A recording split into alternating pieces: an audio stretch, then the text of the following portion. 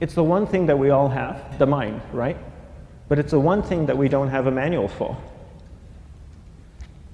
We buy a blender, we get a manual.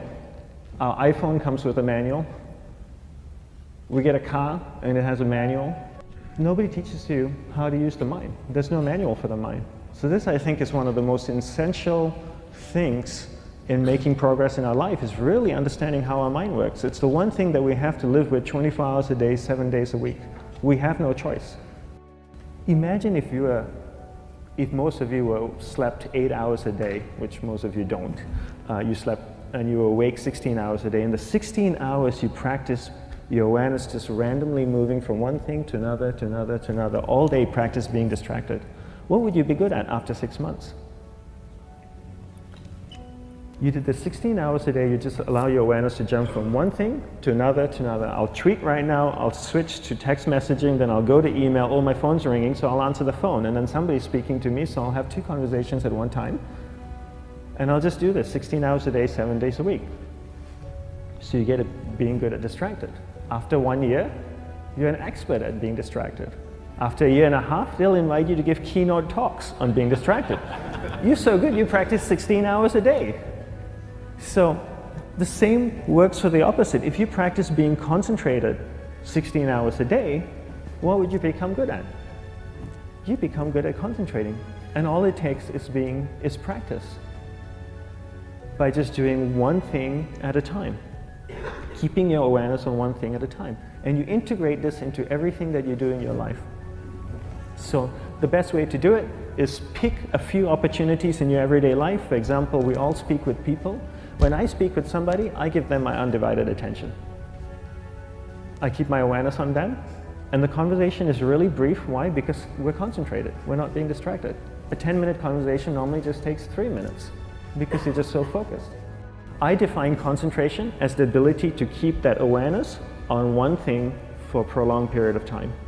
So if I can keep my awareness on Eric and not drift away and think about the wedding, or drift away and think about the vacation, or what I'm going to do later, then I'm concentrating on Eric.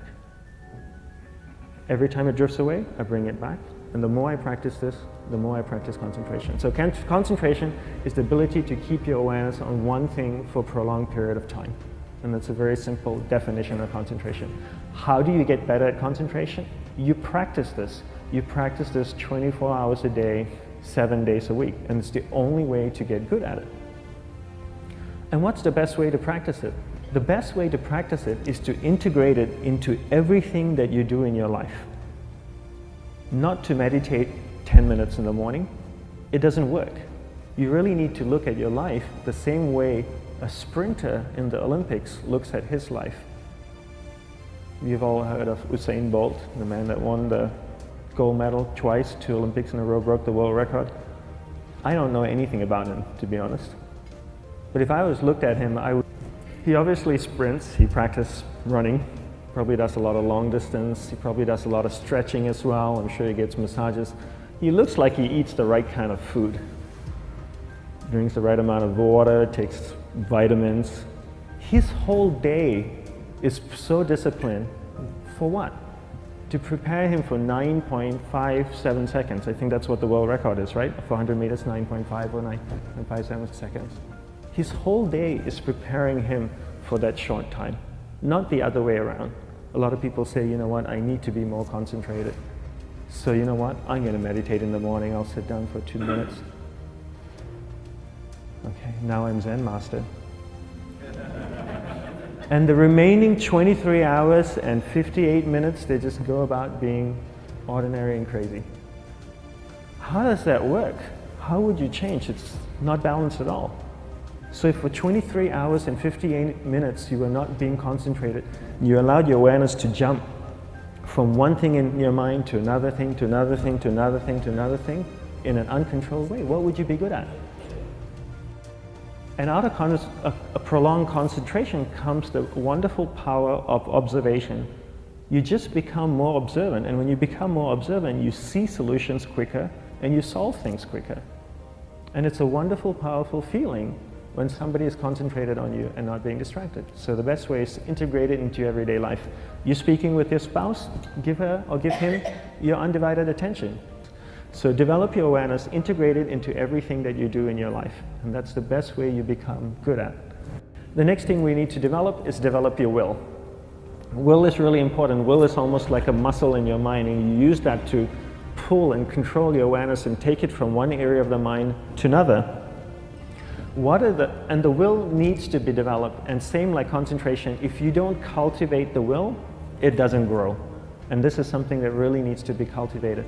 How do you develop the will? There's 3 very simple ways to develop the will.